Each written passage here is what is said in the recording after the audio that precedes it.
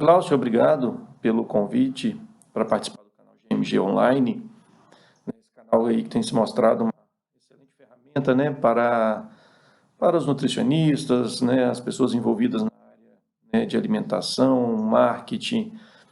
E, bom, o convite que você me fez foi para falar sobre avaliações técnicas de valor para a nutrição animal, né? Estou com minha colinha aqui, eu fiz um script do que eu poderia estar abordando sobre esse tema bastante amplo, que eu poderia estar falando sobre vários tópicos, a gente poderia estar discutindo aqui, conversando sobre em várias horas, né, com várias horas aqui sobre esse assunto. Mas, de qualquer forma, eu sei que o tempo nosso é cada vez mais escasso, mais difícil, né, todo mundo tem suas obrigações, eu vou tentar sintetizar dentro daquilo que eu considero o mais importante, o assunto, né? Então, eu dividi esse tópico em 4 pontos principais, né?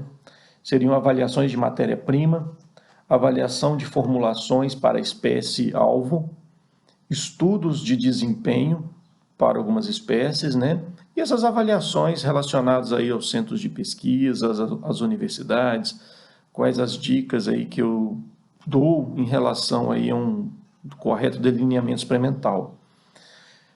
Falando do primeiro ponto, avaliações de matérias-primas, as avaliações de matérias-primas, de ingredientes principalmente, ela é uma importante ferramenta para o nutricionista, né, o formulador, para, para ele poder destinar esse ingrediente numa fórmula, né? Então, esses ingredientes, essas matérias-primas, elas devem ser conhecidas tanto do aspecto bromatológico quanto ao aspecto de disponibilidade desses nutrientes. Normalmente, quando nós obtemos aí pegamos uma tabela, vou dar um exemplo aqui, a tabela brasileira de aves e suínos, ou a FEDNA, né? Ou até mesmo uma tabela para uma linhagem de frango, por exemplo, da COB. São tabelas que trazem informações a respeito dos ingredientes, qual que é a composição nutricional desse ingrediente, o quanto que muitas das vezes ele pode disponibilizar de determinados nutrientes, né? A exemplo, na tabela para frango eu tenho lá energia digestível, energia metabolizável, tá? Essa energia metabolizável, ela significa o quanto que o animal está aproveitando da energia bruta, né? Quanto que ele está metabolizando.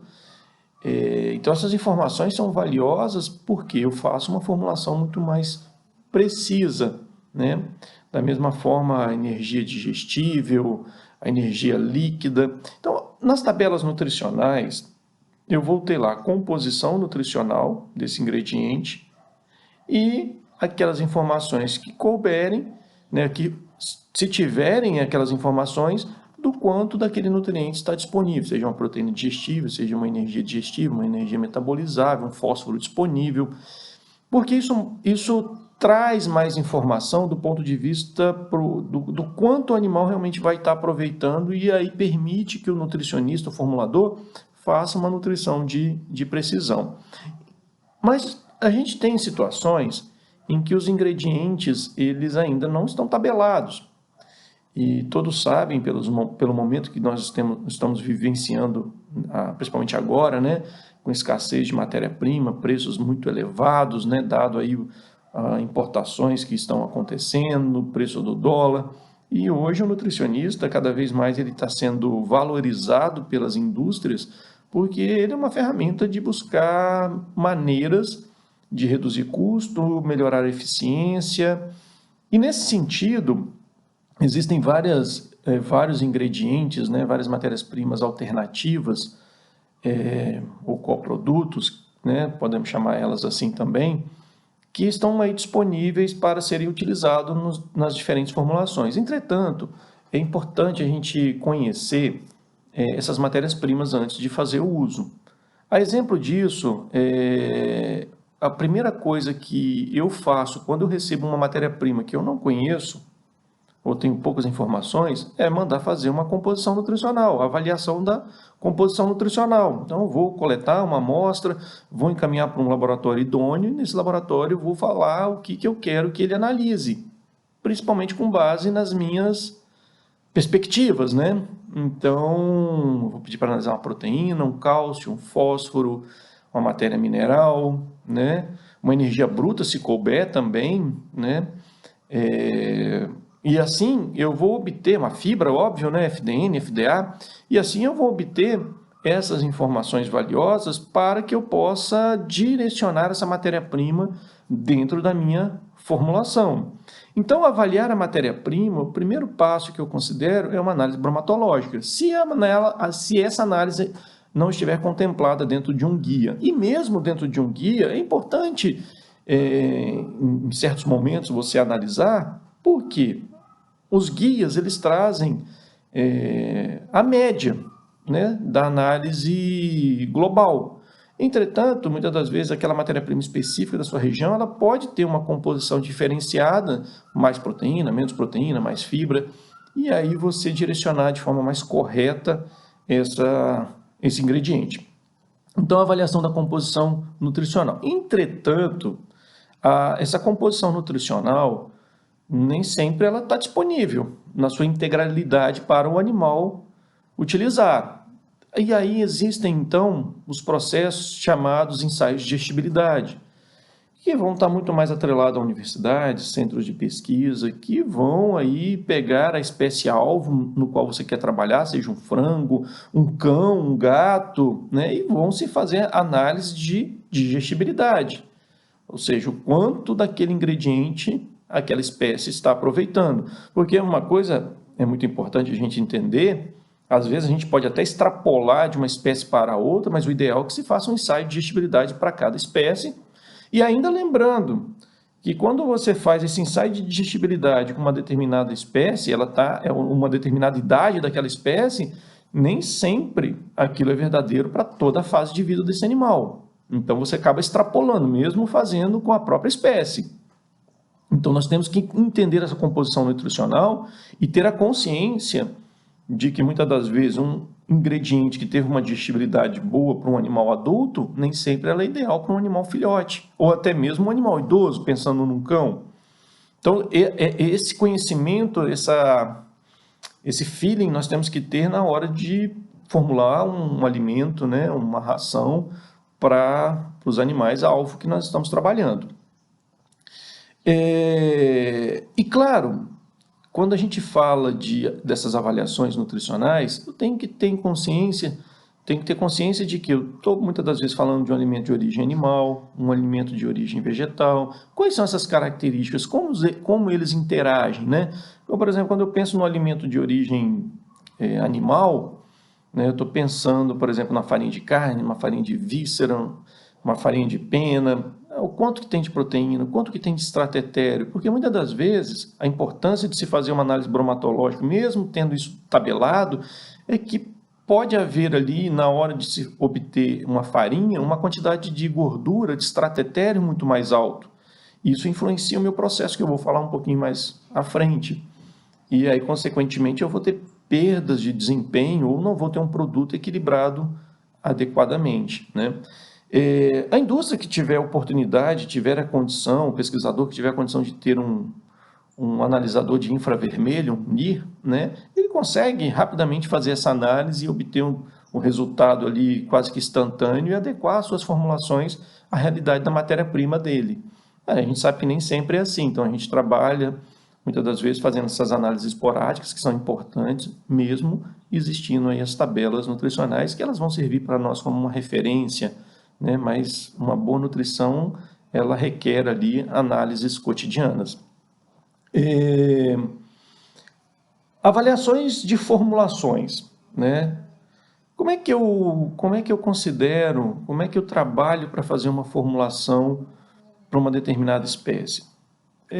Eu levo em considerações, obviamente, a espécie-alvo que eu vou trabalhar, então eu vou buscar o guia nutricional para aquela espécie-alvo, né? Então, vou pegar um NRC para cães e para gatos, eu vou pegar o FEDNA, né? Então, aves e suínos, tabela brasileira de aves e suínos, um NRC de bovinos, um NRC de ovinos, e a minha experiência, que é muito importante.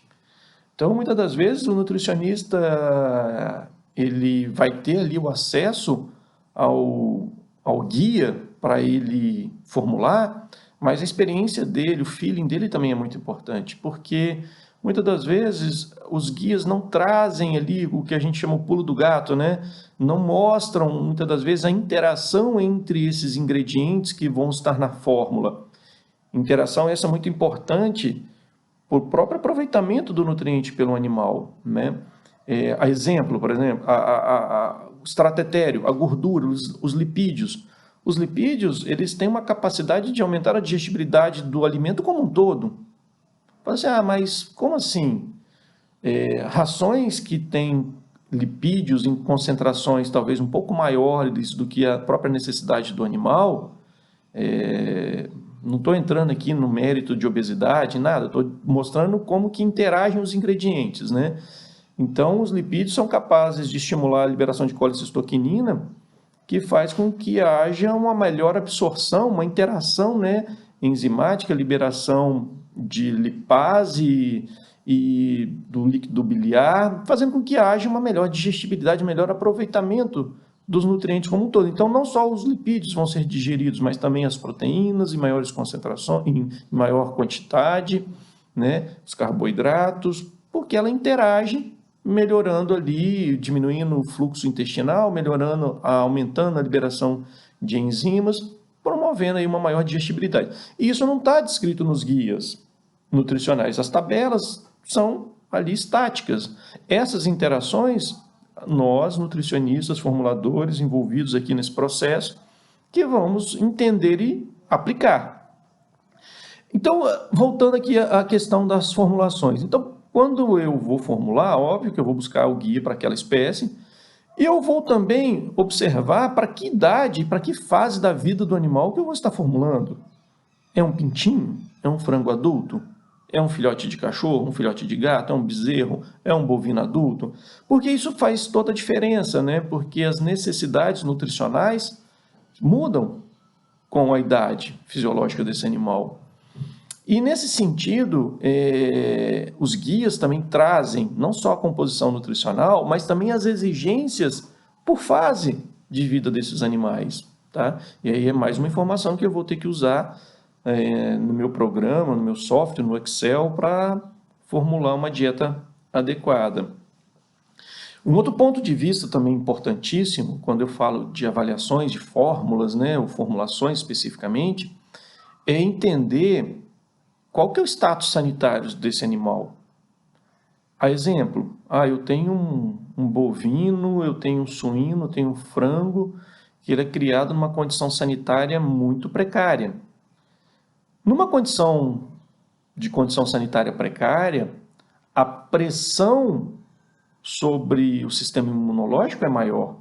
O animal ele necessita produzir maiores concentrações de anticorpos para se proteger aí de possíveis infecções. E nesse sentido, as exigências nutricionais mudam.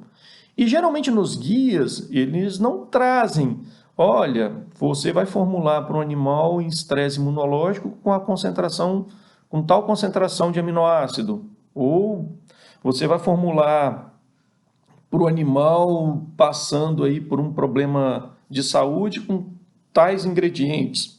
Não, isso não se encontra em tabelas, em guias. Normalmente nós vamos obter isso em papers, em artigos. E aí que eu falo que vem o feeling, a experiência do nutricionista que estudou, que buscou, que tem conhecimento de campo, para ele saber que em determinadas situações ele precisa modificar a fórmula dele, não só pela idade, mas pelo status sanitário, pelo período do ano, talvez em que ele está sendo criado, por exemplo, um frango. É verão? Eu sei que no verão a necessidade energética desse animal aumenta. É inverno, a necessidade energética diminui. Ou até mesmo pode aumentar, dependendo do grau de frio. né, que a gente está implementando para esses animais, ou que eles estão sofrendo durante esse período. Então, as exigências nutricionais, elas não são estáticas, elas são dinâmicas, de acordo com, mais uma vez, a espécie, a idade, o status sanitário, temperatura ambiental, né, e dentre de vários outros fatores que interagem, né, sobre essas necessidades nutricionais. Então, formular, ela não é simplesmente pegar a tabela e colocar no programa a necessidade do animal, escolher os ingredientes e fazer a fórmula. Muito longe disso. Uma formulação de precisão, ela tem todo um conceito nutricional, tá? Todo um conceito nutricional que o pesquisador, que o nutricionista, ele foi adquirindo ao longo dos anos, durante a academia dele como estudante, que ele foi se preparando para que quando ele estivesse na frente de um computador, ele pudesse interpretar aquilo que ele está fazendo e escolher os nutrientes da melhor forma possível. Tá? Outro ponto que eu também considero muito importante quando eu falo de avaliações de fórmula, não especificamente agora falando da exigência nutricional do animal, mas o poder da interação entre os ingredientes. Como eu já havia até falado ali há uns minutos atrás sobre a colicistoquinina, né, o CCK, a CCK, existe uma interação também muito importante do ponto de vista industrial. Porque eu posso fazer uma fórmula muito correta, cientificamente perfeita, considerando idade, status fisiológico, todas essas considerações que eu acabei de falar com vocês. E não me lembrar de que eu vou processar esse produto. E se sabe muito bem que nas indústrias, né, a gente tem desde rações fareladas até rações extrusadas em rosca simples, rosca dupla e daí por diante, né? Processados com alimentos frescos, né? Com maior teor de umidade. Então, eu tenho que lembrar claramente qual é o tipo de processo que eu vou aplicar sobre essa mistura de ingredientes que eu estou fazendo, né? Qual a moagem que eu vou fazer nesses ingredientes? Vou dar alguns exemplos. Eu pego, por exemplo, um pintinho, e aí eu vou pensando do ponto de vista nutricional, vou moer a ração finamente, porque poderíamos pensar que quanto mais fino for a ração, maior é a capacidade de digestão e absorção, porque, obviamente, eu estou aumentando a minha área de superfície, moendo fino, melhorando o contato das enzimas com o substrato e, obviamente, trazendo uma maior digestibilidade. Só que não é bem assim que funciona. Existem vários trabalhos que mostram que, inclusive, eu já fiz alguns aqui também no centro de pesquisa, que quando eu moo finamente a minha matéria-prima, principalmente pensando no frango aqui, eu aumento taxa de passagem. O que seria? O alimento ele entra no intestino delgado e sai rapidamente porque ele se torna mais fluido. Porque o frango ele tem um estômago mecânico, a moela, e essa moela promove ali uma retenção dessas partículas mais grossas, melhorando inclusive a digestibilidade desses ingredientes. Tá? Então eu tenho que lembrar do processo para aquela espécie que eu estou trabalhando. Outro exemplo aqui, eu vou pegar, por exemplo, uma ração pelletizada, uma ração extrusada para equinos.